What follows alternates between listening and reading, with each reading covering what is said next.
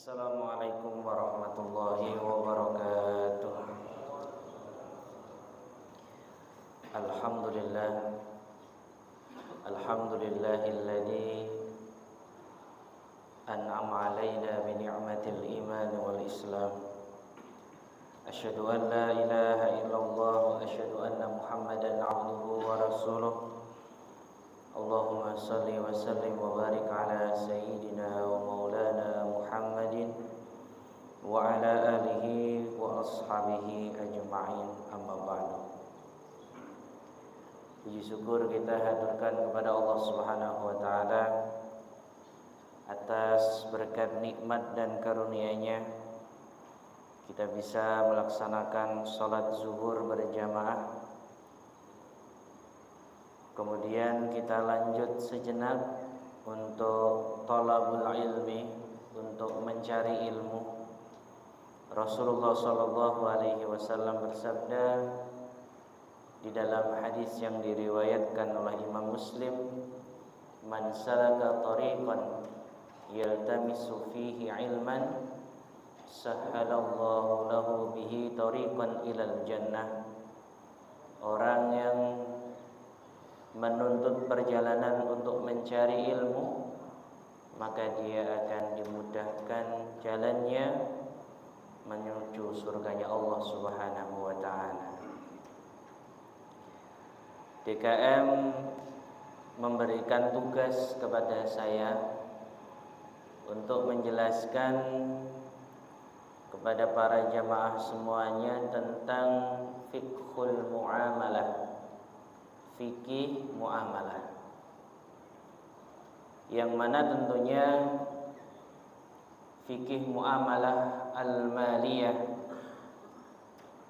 adalah suatu ilmu yang penting bagi kita untuk mengetahui transaksi-transaksi yang diizinkan oleh Islam atau transaksi-transaksi yang tidak diperbolehkan dalam agama Islam. Tetapi ketika kita berbicara tentang fikih muamalah, maka akad muamalah itu ada dua. Yang pertama adalah akad komersil, akad untuk mencari uang. Ya, ini teman-teman di ojek online ada akad dengan perusahaannya, ada akad dengan orang yang memakai jasanya. Kalau dalam fikih muamalah akadnya disebut dengan akad ijarah. Dan itu termasuk akad komersil, akad yang digunakan untuk mencari keuntungan, untuk menghasilkan keuntungan. Maka itu diperbolehkan dan diizinkan di dalam agama. Tetapi ada akad yang kedua yang disebut dengan akad non komersil. Gak boleh dalam akad tersebut kita ambil keuntungan. Ya. Jadi ada akad dalam fikih muamalah, gak boleh kita mengambil keuntungan dari transaksi tersebut. Apa contoh akad yang tidak boleh kita mengambil keuntungan dalam transaksinya? Contohnya adalah qardun, hutang. Jadi bapak-bapak yang dirahmati oleh Allah, dalam agama Islam menghutangi itu tabarruk, ibadah untuk berbuat baik kepada orang lain. Sehingga ketika hutang itu nanti diambil keuntungannya, diambil manfaatnya, maka dalam agama disebut dengan riba.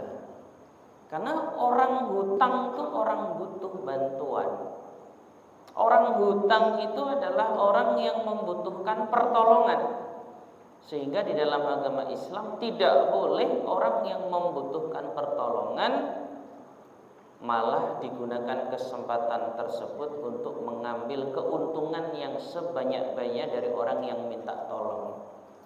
Makanya kenapa dalam syariat Islam dalam akad qardun, dalam akad hutang itu enggak boleh diambil keuntungan, karena akad qardun ini sebenarnya adalah aqdut tabarru, akad untuk berbuat baik, dan tidak termasuk akad yang komersil.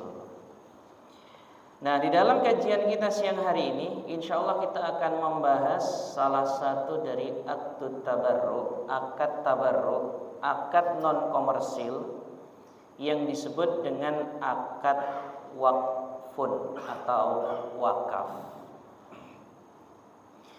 Para jamaah yang dimuliakan oleh Allah, akad wakaf ini penting, Pak. Ya, kita bisa menikmati sholat di masjid yang dingin ini atas wakaf. Orang-orang yang mewakafkan hartanya untuk beli AC.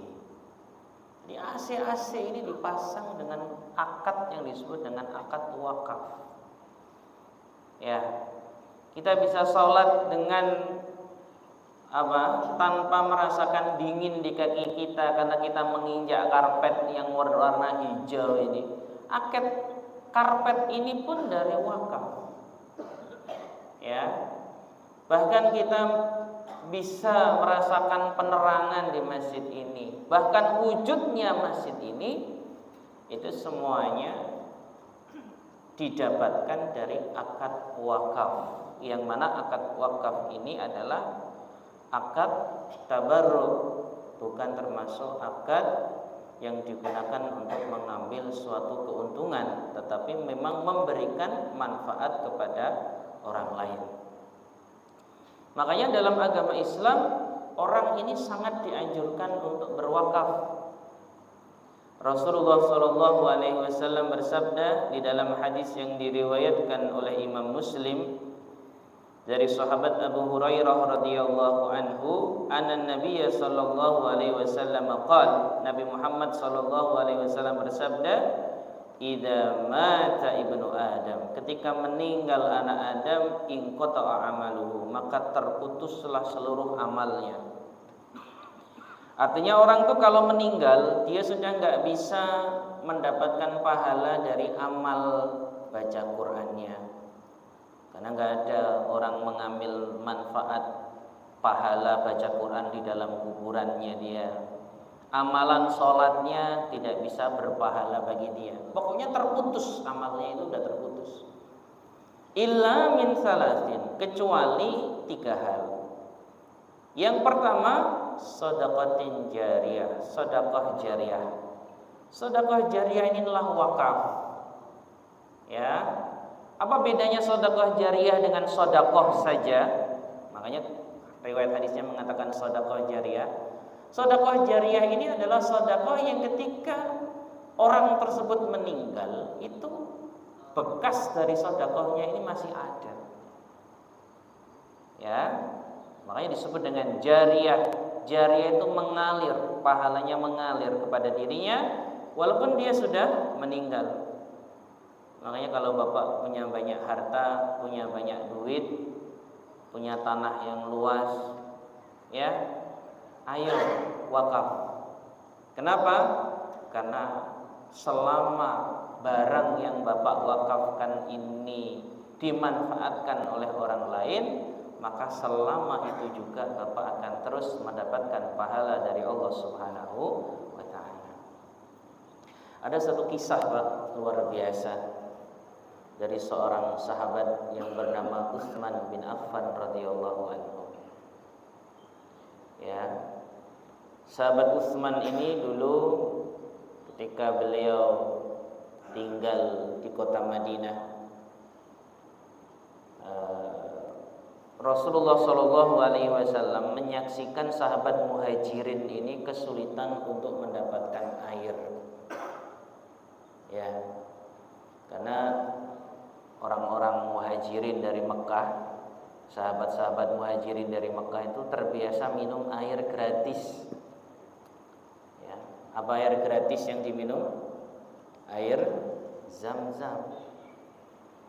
Begitu para sahabat ini hijrah ke kota Madinah, maka para sahabat ini kesulitan untuk mendapatkan air, sehingga di antara para sahabat ini banyak yang membeli air dari orang-orang Yahudi. Apa kata Rasulullah Sallallahu Alaihi Wasallam kepada para sahabatnya? Siapa yang ingin surga, maka belilah sumur Yahudi itu, kemudian wakafkan sumur itu untuk semua orang. Orang Islam boleh minum, orang Yahudi boleh minum, orang Kristen boleh minum, manusia boleh minum, kambing juga boleh minum. Sehingga pada waktu itu yang membeli adalah Sayyidina Utsman bin Affan radhiyallahu anhu. Sumur itu namanya sumur Raumah. Bapak-bapak kalau umrah bisa cari sumur ini, masih ada sampai sekarang. Namanya sumur Raumah di dekat Masjid Qiblatain. Jadi kalau ke Madinah itu pikirannya jangan belanja terus, ya, sesekali mikir mendatangi tempat-tempat bersejarah. Ketika Sayyidina Utsman bin Affan membeli sumur Raumah itu, kemudian diwakafkan. Makanya ini suatu pelajaran penting, Pak, bahwa Islam itu, mohon maaf nih, ketika barang itu sangat penting, sangat diperlukan oleh orang banyak, itu dalam agama Islam tidak baik kalau dikomersilkan. Ini ilmu ya, hanya ilmu doang, Pak. Prakteknya wallahu alam bisa apa enggak. Jadi sesuatu itu semakin mahal itu dalam agama Islam itu harusnya semakin diberikan dengan cuma-cuma, diakatkan wakaf. Sama seperti contohnya air tadi itu. Air itu kan kebutuhan luar biasa penting, ya kan? Tapi dalam Islam perintahnya malah air itu, sumur yang ada dalam air yang ada dalam sumur itu beli, wakafkan, malah seperti itu.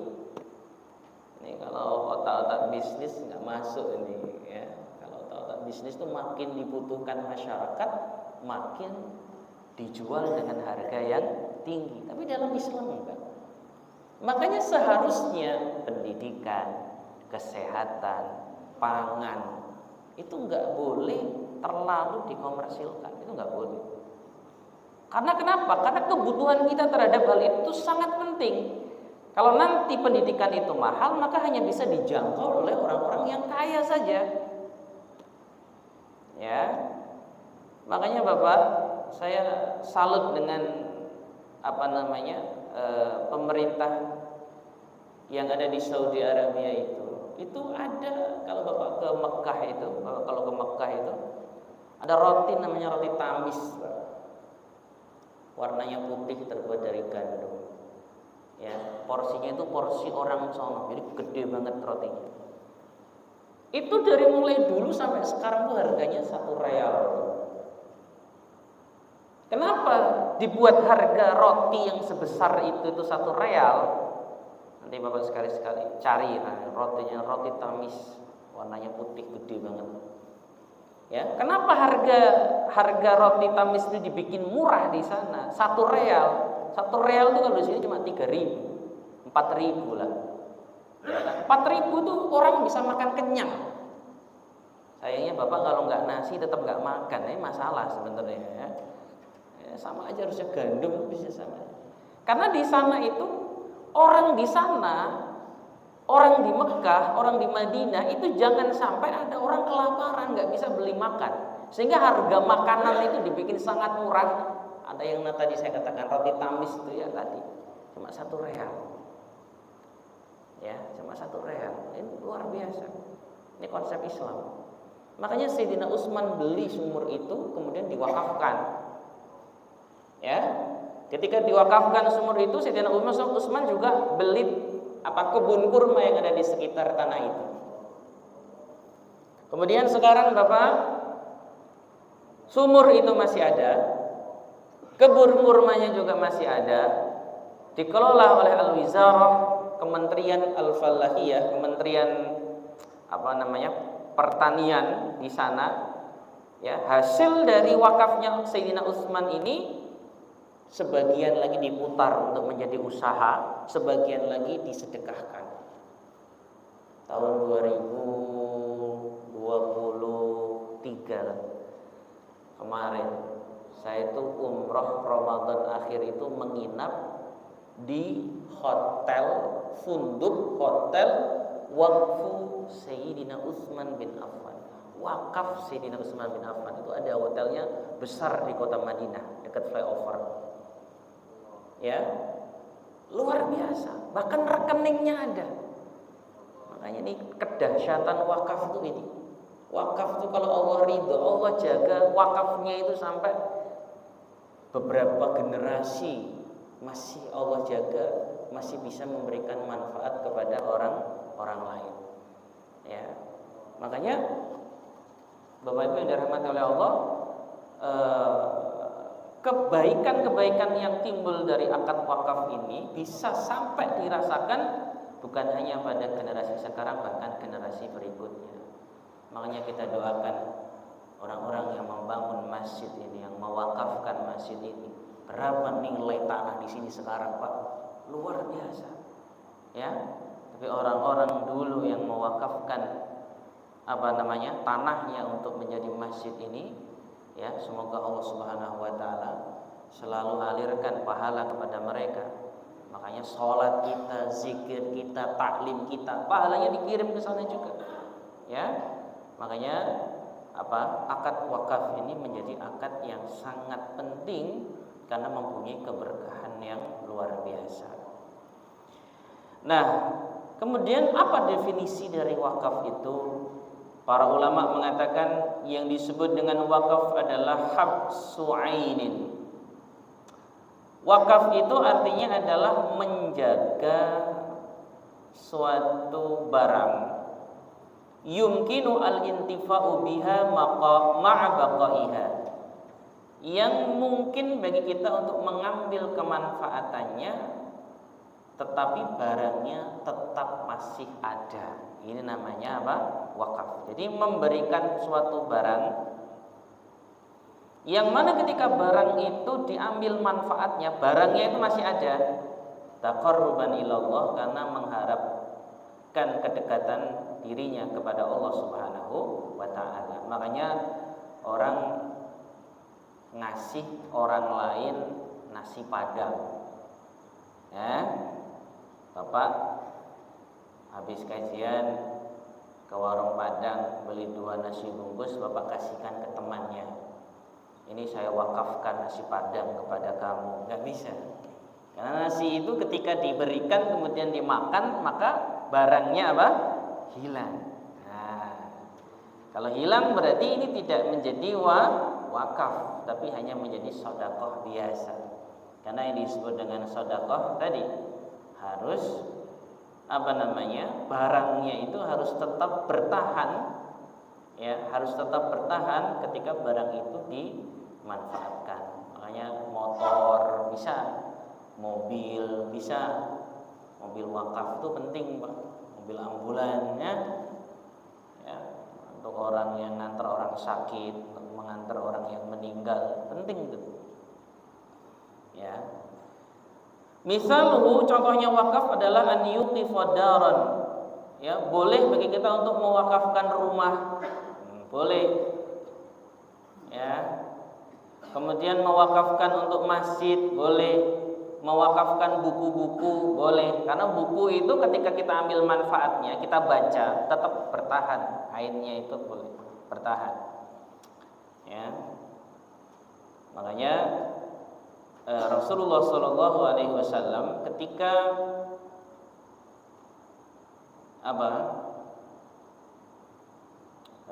mendapatkan ghanimah. Nah, ini saya tadi menyambung yang tadi, Pak. Di dalam hadis yang diriwayatkan oleh Imam Al-Bukhari dan juga Imam Muslim, Rasulullah SAW ketika menang perang waktu itu dan mendapatkan ghanimah berupa tanah yang subur beserta kebun kurmanya di Khaybar, ya, itu Rasulullah SAW tidak membagi-bagi tanahnya kepada para sahabat sebagai ghanimah, sebagai harta rampasan perang. Apa yang dilakukan oleh Rasul? Rasulullah Shallallahu Alaihi Wasallam memerintahkan agar apa? Tanah Khaybar itu ditetapkan menjadi tanah wakaf, yang mana apa? Hasil dari apa? Pertanian di tanah Khaybar ini dipakai untuk mencukupi orang-orang yang belum bisa makan, Pak. Jadi kalau sekarang mungkin, kalau dulu masuk dalam Baitul Mal, dikelola oleh Baitul Mal. Jadi dapat tanah luas, kebun luas, kata Rasulullah, ini kebun biarkan, ya, biarkan kebun ini, jangan ada yang ngambil, kita kelola lewat Baitul Mal, wa tasaddaqta biha, dan hasilnya nanti disedekahkan. Artinya ketika ada orang kelaparan, datanglah kau ke Baitul Mal. Ketika ada orang nggak bisa makan, datanglah kau ke Baitul Mal. Ketika ada orang nggak bisa menikah, butuh duit untuk menikah, datanglah kau ke Baitul Mal. Dulu seperti itu. Makanya saya tadi katakan, kebutuhan itu semakin penting, harusnya semakin murah. Ya. Makanya kata Rasulullah, ghairu annahu la yubahu asluha wa la yuhabu wa la yurathu. Makanya apa? Hasil dari Khaybar itu, apa, tanah Khaybar itu tidak boleh dijual, tidak boleh dihibahkan, dan juga tidak boleh diwariskan. Makanya wakaf itu Bapak tidak boleh jual, tidak boleh dihibahkan, dan juga tidak boleh diwariskan. Makanya mohon maaf, ini banyak konflik. Ada satu masjid di suatu daerah, saya khawatir di tempat Bapak lagi ini ya, ada di Jakarta Utara, tempat saya, ya. Itu ada masjid, Pak, sekarang ditutup masjidnya gara-gara ahli warisnya, ya, apa, konflik lah biasa saya itu ya, konflik antara dulu yang mewakafkan dengan ahli warisnya, gitu. Makanya kan kalau di BPN itu harusnya tanah itu kalau diwakafkan segera diurus surat apa? Surat wakafnya. Biar apa? Biar nanti ketika ahli warisnya ini ternyata tidak berkenan, itu tanah itu sudah ada surat wakafnya, sehingga nggak bisa dijual, nggak bisa dimacam-macam. Ya. Dan itu boleh, namanya kadang manusia itu gitu, ya. Niat orang tuanya dengan niat ahli warisnya itu nggak sama, sehingga jadi terjadi konflik. Kemudian masalah lagi adalah apakah boleh ketika tanah wakaf itu terbengkalai itu dijual, kemudian diganti dengan tanah wakaf yang lain. Ini masalah banyak terjadi di beberapa kampung, di beberapa daerah. Atau contohnya beginilah, ada orang datang ke masjid ini bawa mobil ambulan. Dia ngomong, "Pak, mobil ambulan ini saya wakafkan untuk masjid." Ya, diterima oleh pengurus masjid. Ternyata masjid itu sudah ada 2 ambulan. Yang 2 ambulan itu sudah cukup untuk mengcover kebutuhan masyarakat di situ. Datang lagi ambulan lagi. Boleh nggak ambulan yang ketiga ini dijual, kemudian dipakai untuk hal yang lain? Kalau Bapak mengikuti mazhab Imam Asy-Syafi'i rahimahullahu taala, tidak boleh. Dalam mazhab Syafi'i, barang wakaf itu tidak boleh diberikan, tidak boleh dihibahkan, tidak boleh dijual, tidak boleh diwariskan. Makanya dari teori ini tuh timbul masalah saat AC ini nanti sudah tua, ya kan, udah waktunya ganti. Nah, ini kadang timbul masalah di masjid. Nah, ini barang wakaf nih, nggak boleh nih dijual, nggak boleh nih diberikan ke orang lain, nih nggak boleh nih, gitu kan. Ya, atau nanti masjid ini mau dibangun 10 lantai sama ya, amin, ya kan, seumpama ya. Terus kan ada ini kipas angin, ada macam-macam. Gimana nih barang-barang kayak gini nih? Ya, boleh nggak kita lelang gitu, kita taruh di depan, dilelang barang-barang masjid? Kalau kita memakai mazhab Imam Asy-Syafi'i rahimahullahu taala, nggak boleh. Selamanya barang wakaf itu nggak boleh. Ya, kalau mau solusinya gimana? Ya diberikan kepada masjid yang lain. Itu sudah paling mentok tuh. Kipasnya diberikan kepada masjid yang lain, AC-nya diberikan kepada masjid yang lain. Kalau kita mau beli AC baru yang lebih dingin, insyaallah, tapi nggak boleh dijual. Tetapi di dalam mazhab Imam Abu Hanifah rahimahullahu taala boleh menjual barang wakaf dengan syarat. Apa syaratnya? Dijadikan barang wakaf yang lain. Ya, itu diperbolehkan dalam mazhab Al-Imam Abu Hanifah. Karena Al-Imam Abu Hanifah rahimahullahu taala ini imamul madhab yang sangat mengedepankan maslahat. Ya, jadi kalau untuk kemaslahatan kan ya nggak apa-apa. Ya, daripada AC itu nanti nggak boleh dijual, dikasihkan ke masjid-masjid nggak ada yang mau, kemudian kita taruh di gudang kemudian rusak, ya kan? Lebih baik dijual, kemudian hasil duitnya itu dipakai untuk membeli AC yang baru atau menambah duit untuk membeli AC yang baru. Itu di dalam mazhab Imam Abu Hanifah itu diperbolehkan. Makanya masalah wakaf ini yang penting tadi Bapak, ketika Allah berikan kita keluasan harta, Allah berikan kita banyak rizki, Allah berikan kita banyak uang, amalan paling utama yang Bapak bisa lakukan adalah amalan Sayyidina Utsman bin Affan radhiyallahu anhu, yaitu amalan wakaf. Ya, Ustaz, kalau saya nggak punya duit bagaimana? Cari pintu yang lain. Ya, tidak semua sahabat seperti Utsman, ya, yang masuk surga dari wakafnya, dari hartanya. Ya, ada sahabat seperti Bilal bin Rabah radhiyallahu anhu yang masuk surga karena beliau menjadi muazin masjid. Enak kan? Ya, makanya amal itu disesuaikan dengan kemampuan yang kita miliki. Ya, makanya kalau Bapak banyak duit, ya, jangan ngambil jobnya muazin masjid, kasihan muazin masjid ya. Bapak harus cari amal yang sesuai dengan apa? Dengan hal yang Allah karuniakan kepada Bapak. Sehingga apa? Sehingga orang itu bisa mengambil perannya masing-masing li'i'la'i kalimatillah, untuk meninggikan kalimat Allah Subhanahu wa taala. Baik, mungkin itu yang bisa saya sampaikan pada siang hari ini. Mungkin ada pertanyaan, silakan 1-2 pertanyaan sebelum saya akhiri tentang masalah wakaf. Ada pertanyaan Bapak? Silakan. Ya.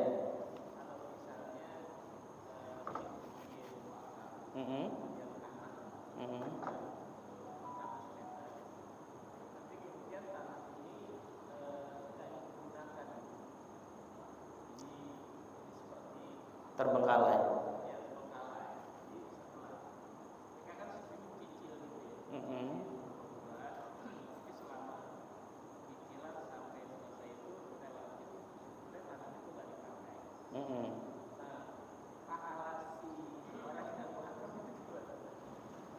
Banyak kasus seperti itu, Pak. Jadi ada orang wakaf tanah, ya kan? Karena wakafnya tanah dan kekeh yang wakafnya itu untuk jadi masjid. Padahal di situ sudah ada masjid. Ini problem. Ketika saya main ke kakak saya ke daerah Indramayu itu juga ada kasus seperti Bapak. Jadi di tempat itu, di kampung itu tuh sudah ada masjid, ya kan? Tapi apa? Tapi si wakifnya ini, orang yang wakaf ini kekeh wakafnya tanah dan harus jadi masjid. Akhirnya sama pengurus masjid dipager kayak gitu doang. Sampai sekarang nggak diapa-apain tanahnya. Bagaimana dengan pahalanya? Nah, ini pertanyaan luar biasa ini. Menurut saya, pendapat saya, apakah orang yang mewakafkan barang dan barang itu tidak dimanfaatkan oleh orang lain, apakah tetap mendapatkan pahala wakaf? Saya katakan dapat. Mana dalilnya? Hadis yang diriwayatkan oleh Imam Al-Bukhari dan juga Imam Muslim dari sahabat Umar bin Khattab radhiyallahu anhu. Hadisnya masyhur. Rasulullah mengatakan innamal a'malu binniyat. Amal itu tergantung apa? Niatnya. Tapi kalau yang itu nggak bisa masuk dalam pertanyaan Bapak. Masuk itu di hadis berikutnya. Wa innama likulli imri'in ma nawa. Dan bagi seseorang pahala apa yang dia niatkan. Ya, jadi Allah tidak sepelit itu. Ketika Allah mengatakan ayo sedekah jariah, ayo wakaf, kemudian bapak wakaf, ternyata tanah wakafnya itu belum bisa digunakan atau belum diambil manfaatnya, apakah dapat pahala? Wa innama likulli imri'in ma nawa. Baginya apa yang dia pahala, apa yang dia niatkan. Ya, makanya masyhur ada kisah orang yang sedekah kepada orang yang kaya. Ya, jadi ada orang yang niat sedekahnya itu diberikan kepada orang yang miskin. Ternyata salah. Ngasih sedekahnya kepada orang yang kaya. Apakah dia tetap mendapatkan pahala sedekahnya? Masih. Wa innamal likulli imri'in ma nawa. Karena dia sudah meniatkan memberikan harta itu kepada orang yang miskin gitu ya. Makanya Allah tidak sepelit itu. Tahulah seperti pertanyaan Bapak itu nanti urusannya gimana ada orang wakaf AC kemudian AC-nya rusak. Apakah ketika AC-nya rusak tuh berarti pahalanya juga berhenti? Nah, ini kan hitung-hitungan kalkulator manusia. Ya Allah jangan dikalkulator kayak gitulah. Allah tuh Rahman dan Rahim. Allah itu wasi', Maha luas, Maha kasih penyayang. Ya, walaupun itu AC-nya itu rusak, ya kan? Allah akan tetap memberikan pahala kepada orang tersebut. Sampai kapan? Ila masya Allah, sampai Allah berkehendak. Ya, kenapa? Karena dia sudah mendapatkan pahala dari apa yang dia niatkan. Makanya tenang Pak, tetap dapat pahala insya Allah. Ya. Ada pertanyaan lain Bapak? Silakan.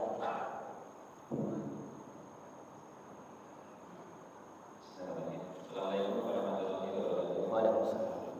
Ustaz, saya mau bertanya. Jadi ini real kejadian di daerah kami, di daerah Jawa Tengah. Beberapa puluh tahun yang lalu, masyarakat dan jamaah kami membangun masjid di atas tanah, statusnya tanah kas desa. Tanah apa? Tanah kas desa. Tanah negara.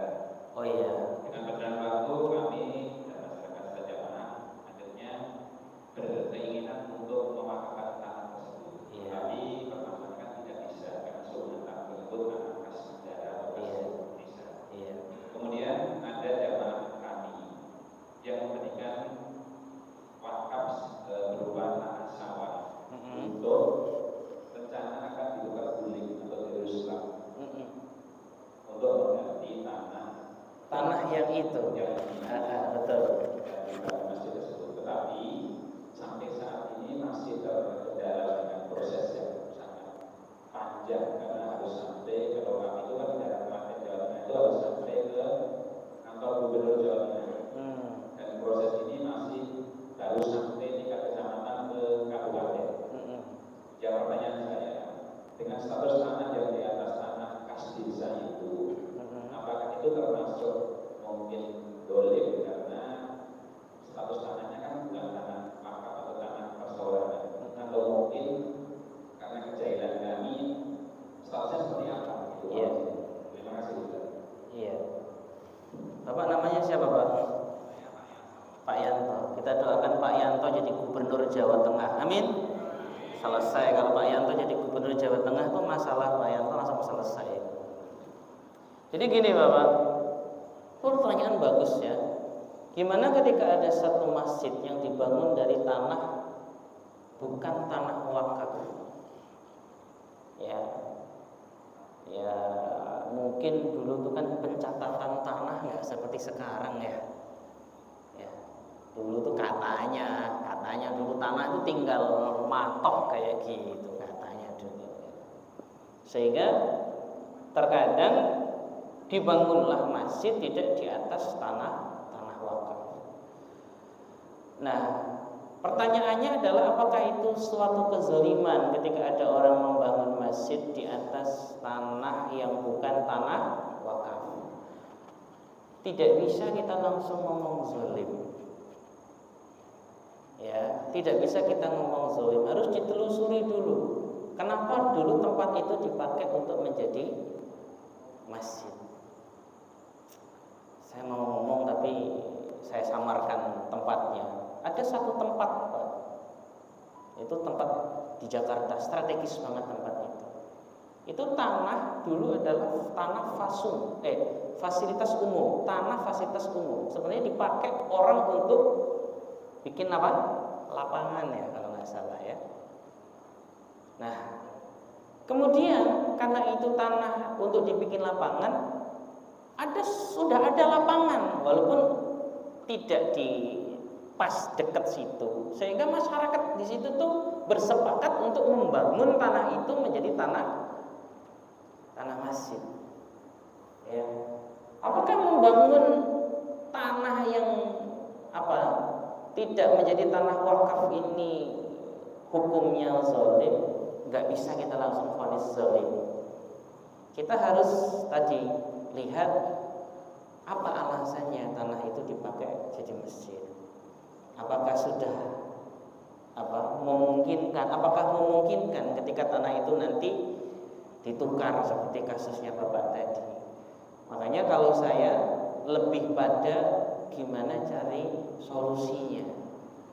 Ya, makanya tadi itu sudah diupayakan, sudah dicarikan solusi. Insya Allah wakafnya para jamaah di situ insya Allah tetap berpahala wakaf. Jadi nggak usah khawatir tentang hal itu. Ya, insya Allah masih berpahala wakaf. Tapi ini suatu pelajaran penting bagi kita semuanya.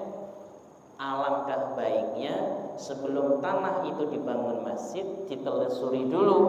Ini tanahnya siapa, statusnya seperti apa, ya kan? Agar tidak terjadi sesuatu hal yang tidak diinginkan. Gitu Bapak ya. Saya nggak bisa memberikan hukum zalim, saya nggak bisa, gitu kan? Karena nggak semudah itu kita menghukumi perbuatan dengan perbuatan yang zalim. Terakhir Pak. Terakhir jam 1 ya. Ini enggak. Assalamualaikum. Terima kasih Ustaz. Pendidikan, pangan, air harusnya kan ada. Iya. Kalau swasta yang mengelola terbatas. Iya. Seperti dari waktu untuk air, pangan. Nah, peran pemerintah gimana?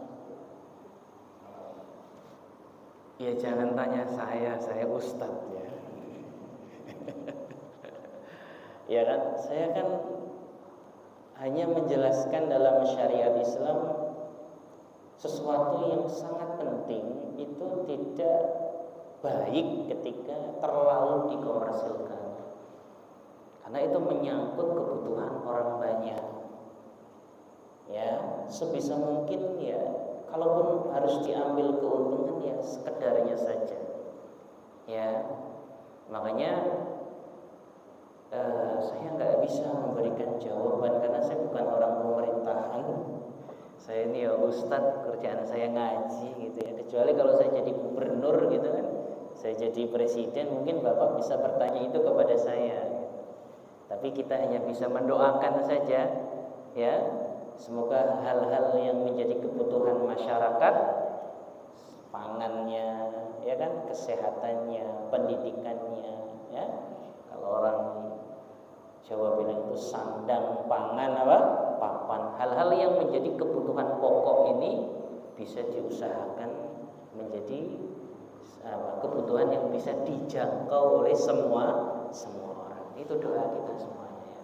Mohon maaf saya nggak bisa jawab pertanyaan Bapak. Terlalu sulit Bapak. Ya. Baik, sudah jam 1, mohon maaf ya.